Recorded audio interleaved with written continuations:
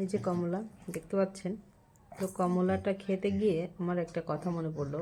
আমার যখন pregnancy period চলছিল তখন আমি মনে আছে প্রত্যেক দিন কমলা খেতাম। এবং কখন সেটা হচ্ছে আমি যখন আয়রন ওষুধটা খেতাম, আয়রন ওষুধ খাওয়ার পরপরই আমি কমলাটা খাওয়ার চেষ্টা করতাম।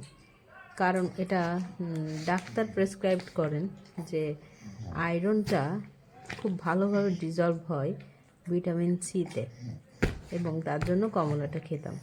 কারণ আয়রনটা শোষণ ক্ষমতা আমাদের শরীরে থাকতে হবে, যদি না থাকে তাহলে আমাদের আয়রনটা খেয়েও আসলে রক্ত স্বল্পতায় ভুগতে হয়।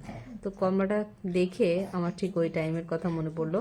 তবে আমার পুরো প্রেগন্যান্সিতে কখনো রক্ত স্বল্পতা দেখা দেয় নাই, এবং প্রেগন্যান্সি পিরিয়ডের পরেও আমি এখনও বেশ সুস্থ অবস্থায় আছি বলা যায়। তো আমি আসলে খাওয়ার টেকনিকগুলা আস্তে আস্তে করে একটু একটু করে শিখেছিলাম। তো আমি ভাবলাম যে সবার হয়তো উপকার হবে, কারো কারো হয়তো উপকার হবে, সেজন্য জানালাম।